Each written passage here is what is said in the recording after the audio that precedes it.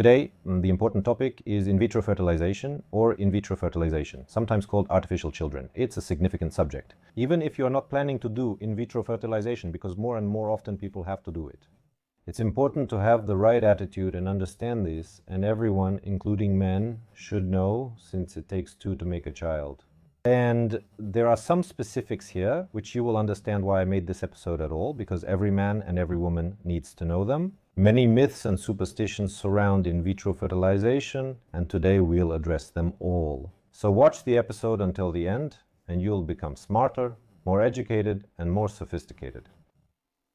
In fact, in vitro fertilization is a great miracle, because before, it didn't exist, it simply wasn't there, and the need for it is growing. It's growing because every year the quality of spermatogenesis and sperm in men is declining, just like testosterone levels are dropping, and women's health is also declining year after year. If all those stories about someone accidentally sleeping with someone at a company party and immediately getting pregnant used to happen, now that's going to happen less and less often. What's interesting is that in the past, whenever a couple couldn't conceive a child, it was always believed that the woman was to blame. Always. You can look at history, it's always been that way. They would get divorced, take a second wife and say, well, you were unlucky, change your partner. And actually, everything changed a lot, it really did, after the birth of Louise Brown. Who is Louise Brown? She is the first person who was conceived extracorporeally. By the way, what does in vitro fertilization mean? Extracorporeally literally means outside the body. This means that they were able to combine the sperm, the male part, and the egg, the female part, into a single whole, and they did this outside the body. Because normally, your body is supposed to do all of this. And there are many opponents of in vitro fertilization who say that sperm, there are tens of millions of them, many die in the vagina, and then not all of them make it through the mucus plug. It's a contest for the strongest, most resilient, and most skillful. Only a few make it. People think just one egg wins, and it's the first to arrive. No, that's not it. There are many, but mostly the healthy survive. And so it thinks too. This mechanism isn't fully understood either. Whom should it let through? And it's the one who gets through. After that, its shell changes structure and doesn't let anyone else through. So it can't happen that two get in. It immediately hardens. And scientists have long wondered how to help couples who seem to be able to have children. They succeed, but some couples, like the woman mentioned, couldn't have children. Her tubes were removed. A tube is what connects the ovary, well, the female ovary, to the uterus. So basically the egg just can't get there, the ovum. This first succeeded on animals, not humans. And there's a difference between its effects on animals and humans in decades. In 1959, according to the literature, an egg was fertilized outside the body in animals for the first time. Many people believe fertilization occurs and the embryo is immediately put into the uterus, but that's not true. Actually, it goes like this. There are stages. The first is stimulation. That means the couple is prepared so that the woman doesn't have any deficiencies, so she's ready for everything to go well after the transfer. That means a normal iron level, a normal ferritin level, a normal protein level, no inflammation, and so on and so on and so on. First, stimulation is done. The woman is stimulated to produce these reproductive elements. And this is done on purpose to get several eggs. They don't take just one, they take many, taking a lot. And then fertilization happens with sperm. If the sperm fertilizes the egg on its own in a test tube, that's called in vitro fertilization. But if the sperm are so weak that they can't even do it in a test tube, then scientists choose which specific sperm should do it themselves. And with the help of a microneedle, it is placed inside the egg cell. This is called intracytoplasmic sperm injection, then in a special medium. All these fertilized eggs are kept there, and scientists observe how they develop. Because, for example, they might have fertilized, I don't know, 5. But only 2 or 3 were able to develop. They look at which ones are the best, and then they transfer the healthiest, the best looking specimen. And how many days is that? About 3 to 5 days. By the way, they received a Nobel Prize for this.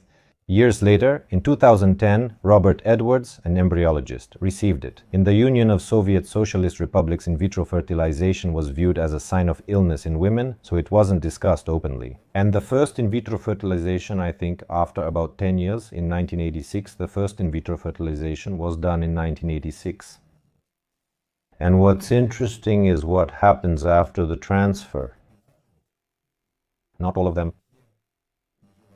Not all embryos implant successfully, so in vitro fertilization isn't always 100% effective. There are myths that have actually been created by this in vitro fertilization. Jana Frisky passed away, and some claim it was due to in vitro fertilization, but that's not true. And what are the main myths? Well, there aren't actually that many, but they are common. I specifically Googled this. In vitro fertilization does not guarantee pregnancy, despite common belief. Many think in vitro fertilization ensures having a child, but that's not true. It's the last resort. Is it absolutely certain there will be a child? Did you do in vitro fertilization? Why is it important to know this and be ready for possible failure? Because the chance is only 25-35%, so it's roughly 1 out of 4. Many men uninterested in this topic enter the in vitro fertilization process confident everything will be fine. It really breaks them down emotionally because it's very resource intensive. So you prepare yourself both psychologically and physically. Some procedures are stimulated with medications, and most of the harm doesn't actually come from the in vitro fertilization procedure itself, but from the fact that women are given a large amount of stimulating medications.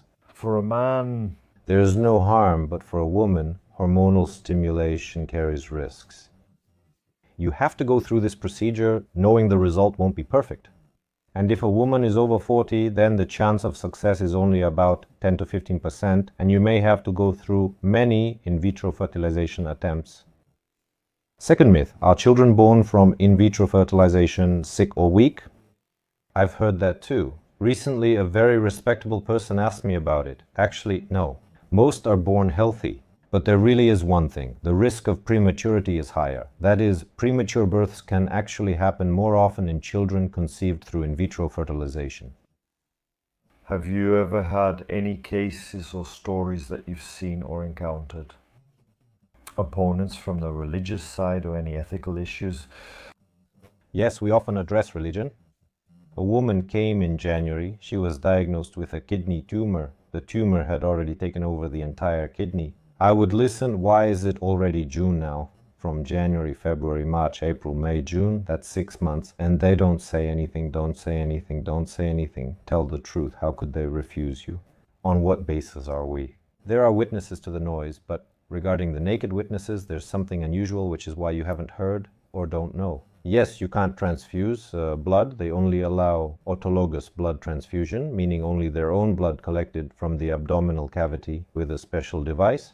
There's this SEL sever, but otherwise no. And it even reached such an absurd point. At the 47th hospital, we had a guy who was brought in after an injury and was barely hanging on. Is he still alive? His hemoglobin was 40. We said if we give him a transfusion at home, he might die. There's a chance he could die from the blood. But if we don't give the transfusion, it's definitely going to be bad. Volya said all this. No, to them it means he's giving himself a transfusion.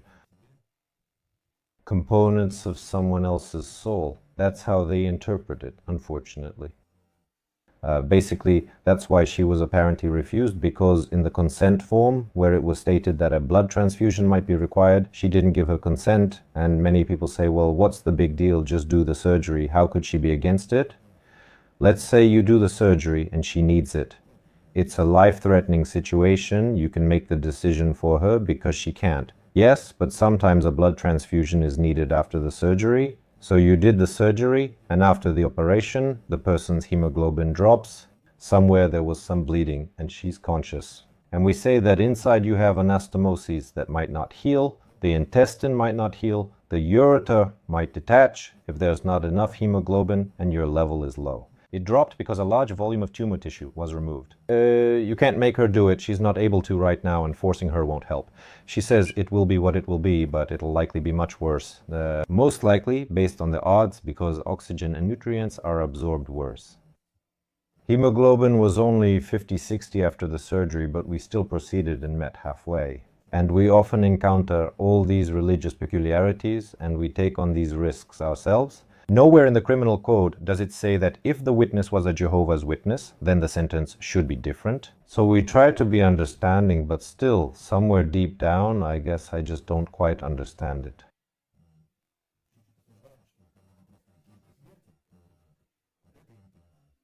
It's awful when a child is denied a blood transfusion.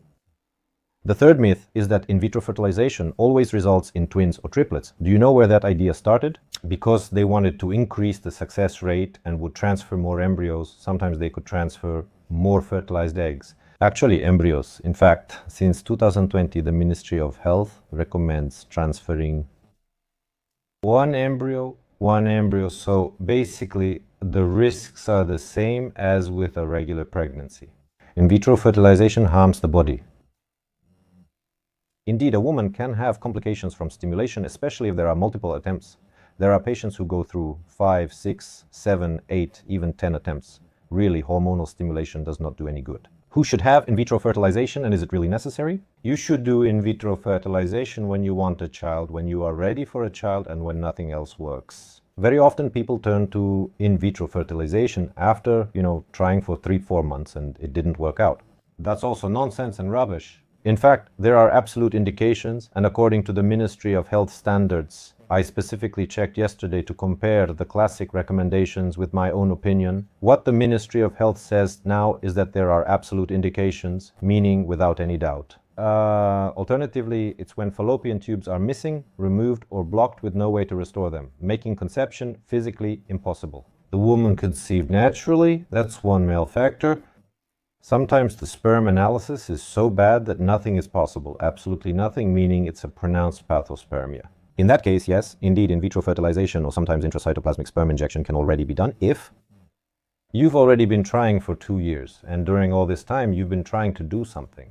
That is, she takes medications, rules out certain diseases and deficiencies, he stimulates spermatogenesis, and still nothing works. There are some genetic diseases. In that case, option K can be considered stage 3. Endometriosis is a female condition, and even with advanced stages or ineffective treatment, immediate in vitro fertilization isn't necessary. This means that if they couldn't cure you, there are additional indications. They're conditional. Age, 38 years of experience, decreased ovarian reserve. You need follicle stimulating hormone and anti-Mullerian hormone tests. And there is also idiopathic infertility, which we encounter quite often. Idiopathic, that is, yes, it seems like everything should work out. He has a normal sperm analysis, her fallopian tubes are open, everything is fine with both her and him. Each has a child from a prior marriage conceived easily, but together they haven't been able to for 2 years. Can you imagine? Sometimes nothing is wrong with either partner, yet it just doesn't happen. Nothing happens. By the way, that's a very interesting question. It's a sharp one, but I want to ask my subscribers to answer it. Are you for or against such a procedure as paternity testing at birth? This sensitive question was just raised, and I'm curious about the Telegram audience. Write in the comments if you support it.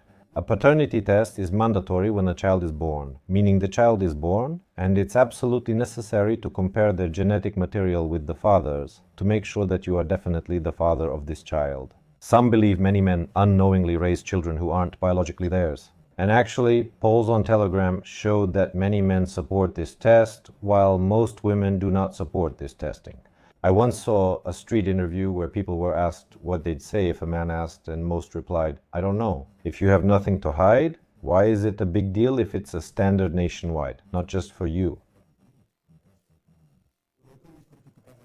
Is there? No need to treat it like a tooth filling. There are absolute and relative contraindications. What qualifies as an absolute contraindication? Uterine malformations prevent her from carrying a pregnancy, so she can't carry one even with the procedure. If there is any uterine pathology, such as an infantile uterus is too small to carry a pregnancy, the child has severe diseases of the heart, liver, and kidneys in decompensated forms. Pregnancy is a serious challenge, so in such cases, no one will provide a pregnancy termination for someone with a severe or profound disability.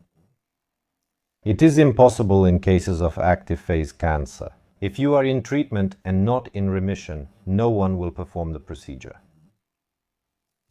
Mental disorders that prevent caring for a child. Acute infections like human immunodeficiency virus or hepatitis with high viral load are also contraindications. However, if human immunodeficiency virus is treated and the viral load is low, in vitro fertilization is possible and the child will be healthy. Temporary contraindications include acute inflammation, blood clotting disorders, and untreated hormonal imbalance. What does temporary mean? Tradition, if not corrected. What does temporary mean? If you treat the inflammation, stabilize clotting, or get compensatory therapy, everything can be done. What should you know before in vitro fertilization?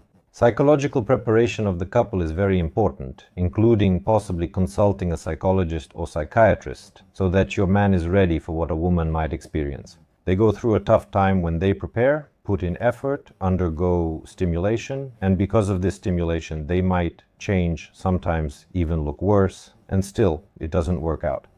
It failed twice, but people always expect it to work for me on the first or second try. This can be psychologically damaging, so support is crucial for both partners. Women need support from men, and men also need support when things aren't working out. Many couples break up after several unsuccessful in vitro fertilization attempts, although in reality it's just a matter of trying.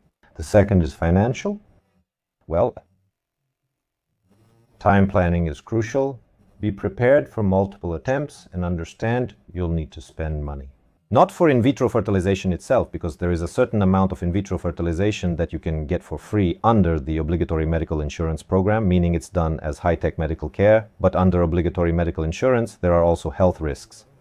If you're choosing in vitro fertilization, you must objectively take responsibility. That you may face risks that come from stimulation, risks that you get in the form of premature birth and complicated pregnancy, among others. Objectively, the woman may not be healthy enough.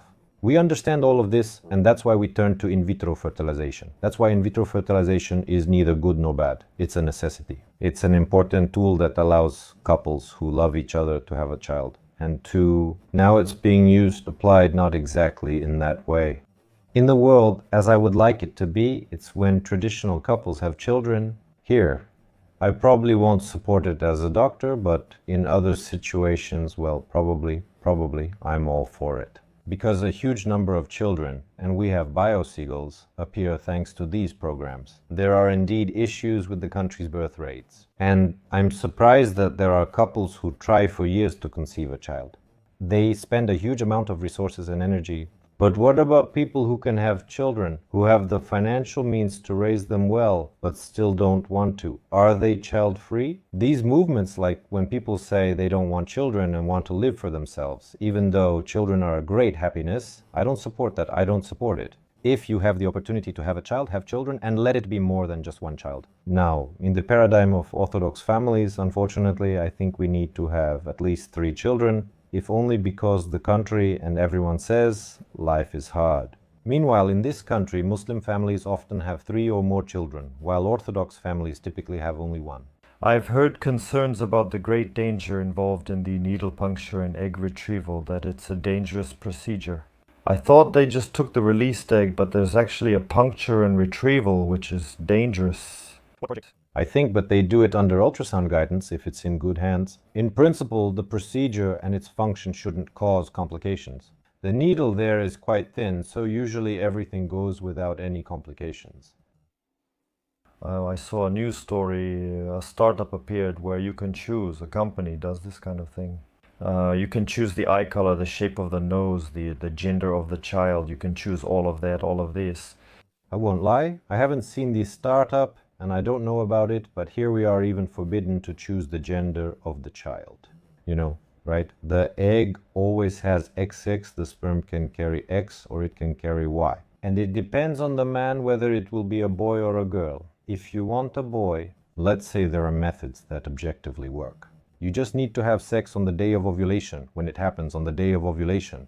If you have sex a day or a day and a half before, most likely the sperm carrying the X chromosome will reach the egg. If you want a boy, just try. Your chances will be much higher. On the day of ovulation itself, there are special tests to detect ovulation. So the boys, they will get there faster with a high probability. With in vitro fertilization, you can select a sperm cell, which isn't allowed, but you can't do that with natural conception. In natural conception, sperm compete for the egg. But with intracytoplasmic sperm injection, you pick the sperm cell. But since you choose from so many options yourself, it's a different situation. There are opponents who say that you are interfering. Just imagine the sample was 1 out of 30 or 40 million and you went and chose someone, maybe not the very best, maybe the best, or maybe not, and so on. So maybe the egg cell wouldn't have chosen him on its own? That's why in vitro fertilization is better than intracytoplasmic sperm injection, so they can compete on their own. But intracytoplasmic sperm injection probably doesn't happen from a good life either. You have to understand that. And it's better this way than not at all, right? What do you think about the business of egg freezing and sperm freezing? Have you experienced this after years, and are you still thinking about this story now? There is a procedure called sperm cryopreservation, and we use it quite often. Why do we use it? Because cryopreservation is not always something you want to turn to, but sometimes you are forced to. For example, just a week ago, a young guy, 25 years old, had tumors. The testicle, the left testicle needs to be removed, so we remove it, and the right one will be affected by chemotherapy, which will start while he is already in the hospital. So, most likely he will recover, but he will be able to have children naturally only after at least 2 years, not earlier. High risks and developmental defects are prohibited. And it may happen, we've seen this too, that, for example, we don't know what exactly caused it. She has good sperm, for example. Maybe his other half, meaning the right testicle, doesn't produce anything, or the outflow from this testicle is completely absent, and everything we saw in the form of good ejaculate was coming from the left side. Or chemotherapeutic damage may occur, causing the testicle to function worse and significantly lowering spermatogenesis quality. That's why we always recommend young men who don't have children to undergo the cryopreservation procedure.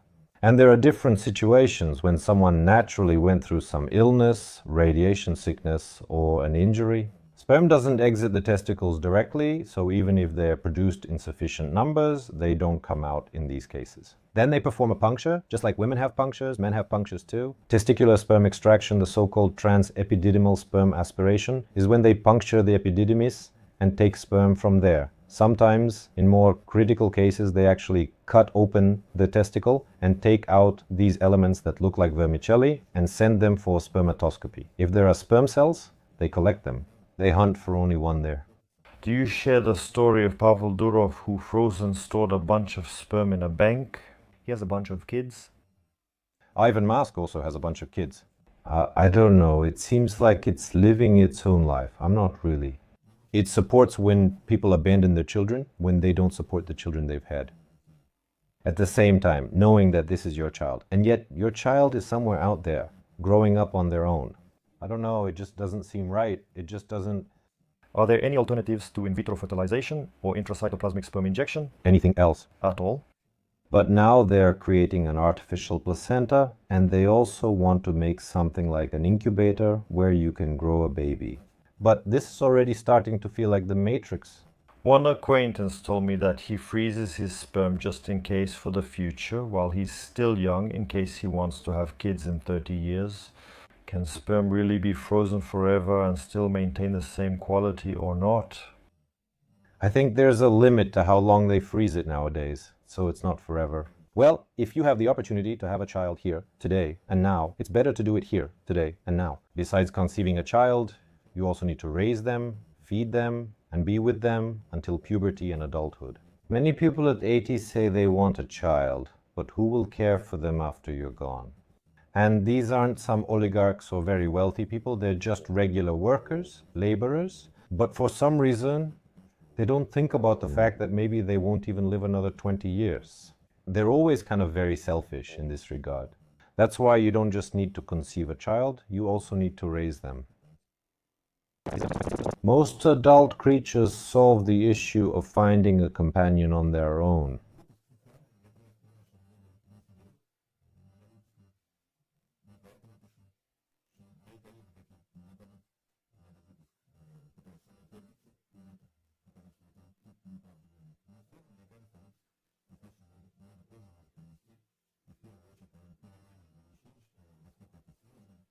How difficult it is and how important it is to give your wife this support when you go through this procedure, because she is agreeing to certain risks for your sake. You need to understand the chances are low, and when things don't work out, it's important to support her. So once again, if you have the opportunity to have your own healthy children and you're not taking advantage of it, remember those people who would gladly trade places with you